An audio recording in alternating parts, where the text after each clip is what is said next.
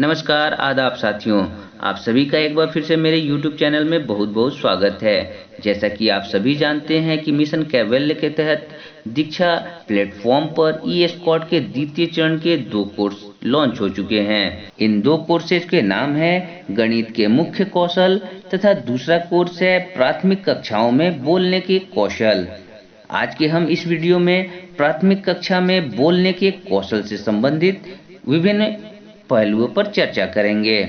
उससे पहले अगर आपने मेरे चैनल को अभी तक सब्सक्राइब नहीं किया है तो सब्सक्राइब जरूर करें, साथ ही बेल आइकन को दबाना बिल्कुल ना भूलें ताकि आने वाले हर एक वीडियो का नोटिफिकेशन मिल सके।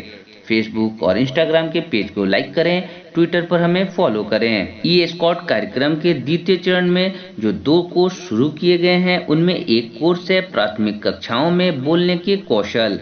कोर्स में 5 भाग हैं। 5 भाग में 4 भाग आपको एक-एक कंटेंट को पढ़ना है। उसमें कोई भी कंटेंट को आपको स्किप नहीं करना है।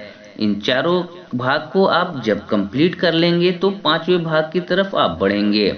यहाँ पर 10 क्वेश्चन है। इन 10 क्वेश्चन को आप जैसे ही सबमिट करेंगे तो आपको अंत में सर्टिफिकेट मिल जाएगा। इससे पहले मैं आपको बता दूं कि अगर आपने इस वीडियो का पार्ट 1 नहीं देखा है जिसमें भाग 1 से 4 के विभिन्न प्रश्नों के उत्तर बताए गए हैं, तो उस वीडियो को आप जरूर देखेंगे। उसका लिंक मैं डिस्क्रिप्शन बॉक्स और आई बटन में डाल दूंगा ताकि आपको उसको सर्च करने में कोई प्रॉब्लम का सामना ना करना पड़े।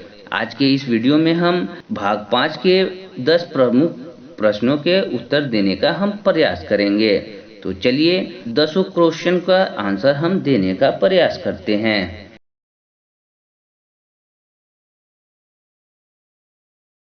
पहला प्रश्न है, आरती जी की कक्षा में कुछ बच्चे अपनी बात बोलने में झिझक महसूस करते हैं। वे कक्षा के ऐसे बच्चों की बोलने के कौशल को विकसित करने में मदद कैसे कर सकती है?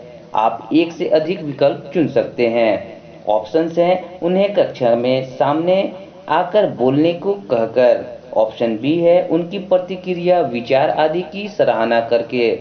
तीसरा ऑप्शन है, उन्हें छोटे समूह में बोलने की गतिविधि करवाकर। चौथा ऑप्शन है, उन्हें विषय के बारे में रटकर बोलने को कहकर। तो इसका जो सही और सटीक आंसर है ऑप्शन बी, उनकी प्रक्रिया, विचार आदि की सराहना करके। और ऑप्शन सी, उन्हें छोटे समूह में बोलने की गतिविधियां करवाकर। इन दोनों को क्लिक करके सबमिट करेंगे। सबमिट करने के बाद आप देखेंगे कि आपका ये आंसर सही है। इसके बाद आप दूसरे प्रश्न की तरफ बढ़ेंगे। दूसरा प्रश्न है, हाल में ही मुकेश जी ने अपने साथी शिक्षक से बातचीत करते हुए बच्चों के कक्षा में न बोलने के कारणों को समझने की कोशिश की। आपके अनुसार इसके बाद उनमें क्या-क्या बदलाव आ सकते हैं? आप एक से अधिक विकल्प चुन सकते हैं। ऑप्शन ए है, मुकेश जी बच्चों के न बोलने के व्यवहार के प्रति अति संवेदनशील हो पाएंगे। ऑप्शन बी है, वे उपयुक्त गतिविधि सोच पाएंगे जो बच्चों को बोलने के लिए प्रोत्साहित करे। ऑप्शन सी है, वे सभी बच्चों को बोलने के लिए नहीं कहेंगे। ऑप्शन डी है, मुकेश जी कक्षा में पढ़ने लिखने से जुड़ी गतिविधियां ज्यादा कराएंगे। तो इसका सही और सटीक आंसर होगा, मुकेश जी बच्चों के न बोलने के व्यवहार के प्रति अधिक संवेदनशील हो पाएंगे। ऑप्शन बी, ये उपयुक्त गतिविधियां सोच पाएंगे जो बच्चों के बोलने के लिए प्रोत्साहित करे। इन दोनों को क्लिक करके आप सबमिट बटन को क्लिक करेंगे। क्लिक करने के बाद आप देखेंगे कि आपका ये दोनों विकल्प सही है और आप तीसरे प्रश्न की तरफ बढ़ेंगे। तीसरा प्रश्न है, निम्न में से कौन सा विकल्प सुनने और बोलने के संबंध को सही तरह से दिखाता है? किसी एक विकल्प को चुनें। ऑप्शन ए है, सुनने और बोलने की गतिविधियां अलग-अलग होनी चाहिए। ऑप्शन बी है, बोलने के कौशल को विकसित करने के लिए अर्थपूर्ण और रोचक सुनने के मौके मिलना चाहिए। ऑप्शन सी है, सुनना बोलने के कौशल पर आधारित है पर बोलना सुनने पर नहीं। तो इसका सही और सटीक आंसर जो है वो है ऑप्शन बी, बोलने के कौशल को विकसित करने के लिए अर्थपूर्ण और रोचक सुनने के मौके मिलना जरूरी है। इस पे आप क्लिक करेंगे और सबमिट बटन को क्लिक करने के बाद आप देखेंगे कि आपका आंसर सही है। इसके बाद आप नेक्स्ट क्वेश्चन की तरफ बढ़ेंगे। मीनल जी, अपनी कक्षा दूसरी के बच्चों की बोलने के दौरान की गई गलतियों को उन्हें रोककर ठीक करती हैं। आपको क्या लगता है इस पर बच्चों का क्या प्रभाव पड़ेगा? किसी एक विकल्प को ही चुनें। ऑप्शन ए है बच्चे आत्मविश्वास से बोलने लगेंगे। ऑप्शन बी है बच्चे सही तरह से बोलने लगेंगे। ऑप्शन सी है बच्चे अपनी बात कहने में हिचकिचाहट महसूस करेंगे। ऑप्शन डी है बच्चों का धारा प्रवाह बेहतर होगा। तो इसका सही और सटीक आंसर ऑप्शन सी होगा, बच्चे अपनी बात कहने में हिचकिचाहट महसूस करेंगे। सबमिट बटन पर क्लिक करके आप जैसे ही आगे की तरफ बढ़ेंगे तो आप देखेंगे कि आपका जो आंसर है वो सही है। उसके बाद आप अगले प्रश्न की तरफ बढ़ेंगे। पांचवा प्रश्न है, निम्न में किस बच्चे की बोलते हुए धारा प्रवाहिता को बेहतर कहा जा सकता है? किसी एक विकल्प को ही चुनें। ऑप्शन ए है राजू की, क्योंकि उसके बोलने में कम से कम रुकावट आती है। ऑप्शन बी है रमन की, क्योंकि वो भाषा के नियमों का सही इस्तेमाल कर पाता है। ऑप्शन सी है रीना की, क्योंकि वह बोलते हुए सही शब्दों का चुनाव करती है। ऑप्शन डी राधिका की, क्योंकि वह बोलते हुए हर शब्द पर जोर देती है। तो इसका जो सही उत्तर होगा वो होगा ऑप्शन ए राजू की, क्योंकि उसके बोलने में कम से कम रुकावट आती है। सबमिट पर क्लिक करके आप आगे की तरफ बढ़ेंगे तो आपका जो आंसर है वो सही दिखलाएगा। उसके बाद आप अगले प्रश्न की तरफ बढ़ेंगे। छठा प्रश्न है, अगर आप अपनी पहली कक्षा के बच्चों को रोचक और अर्थपूर्ण बोलने के मौके देना चाहते हैं तो निम्न में से कौन सी गतिविधियां सबसे उपयुक्त होंगी? आप एक से अधिक विकल्प चुन सकते हैं। ऑप्शन ए है बच्चों की प्रस्तुति को याद करके बोलने को कहना। ऑप्शन बी है बच्चों को समूह में कोई कहानी सुनने को कहना। ऑप्शन सी है बच्चों को समूह में चित्र पर बातचीत करने के मौके देना। तो इसका जो सही और सटीक आंसर है ऑप्शन बी बच्चों को समूह में कोई कहानी सुनने को कहना और ऑप्शन सी बच्चों को समूह में चित्र पर बातचीत करने के मौके देना।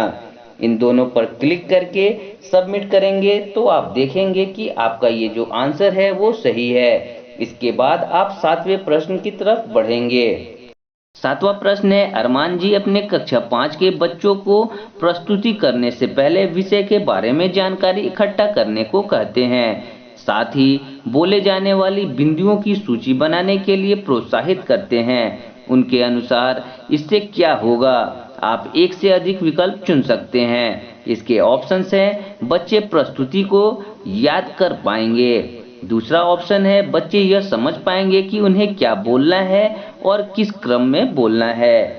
तीसरा ऑप्शन है बच्चों को बोलते हुए प्रवाह बेहतर होगा। चौथा ऑप्शन है बच्चों का लिखने का कौशल विकसित होगा। इसका जो सही और सटीक आंसर होगा वो है ऑप्शन बी, बच्चे यह समझ पाएंगे कि उन्हें क्या बोलना है और किस क्रम में बोलना है।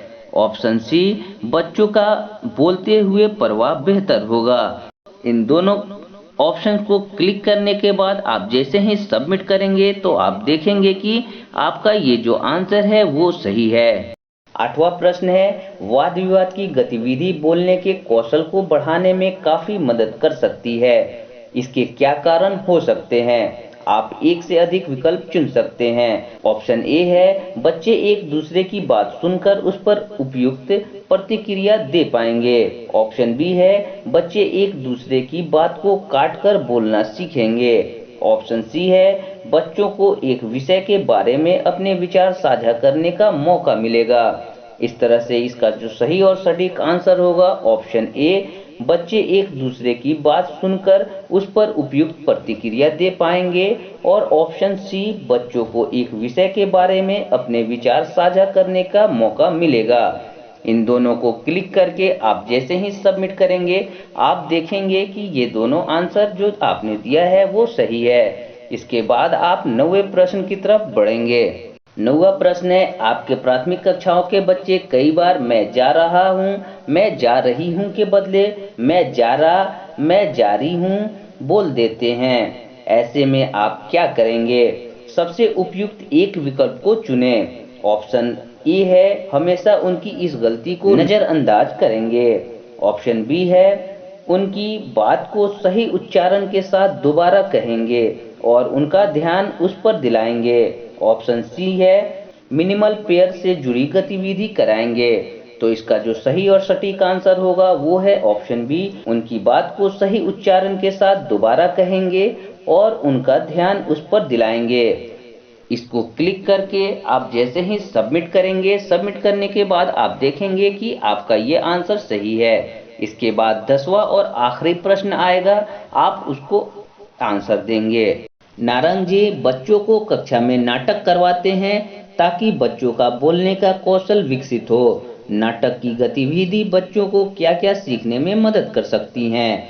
आप एक से अधिक विकल्प चुन सकते हैं। इसके ऑप्शन हैं, ऑप्शन ए सपाट आवाज में बोलना, ऑप्शन बी बात में उपयुक्त जगह पर ठहराव देना, ऑप्शन सी कुछ मुख्य शब्दों पर जोर देना। तो इसका जो सही और सटीक उत्तर होगा वो ऑप्शन बी होगा, बात में उपयुक्त जगह पर ठहराव देना, और ऑप्शन सी होगा कुछ मुख्य शब्दों पर जोर देना। आप जैसे ही सबमिट बटन क्लिक करेंगे आप देखेंगे कि ये 10वां प्रश्न भी आपका सही है।